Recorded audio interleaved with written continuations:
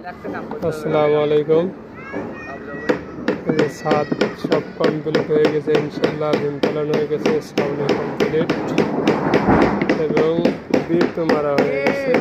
এই যে বিটের সাইজ, বিট মারা হয়ে গেছে, একটা বিট মারা হয়েছে, এখানে বাদ আছে আবার। এই যে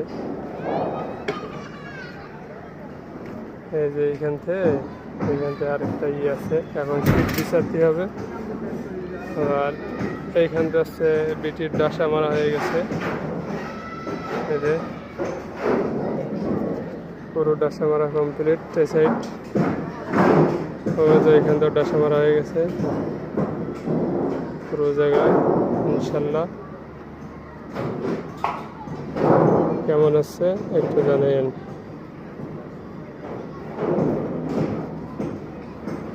ঠিক আছে, সবাই ভালো থাকেন, আল্লাহ হাফেজ।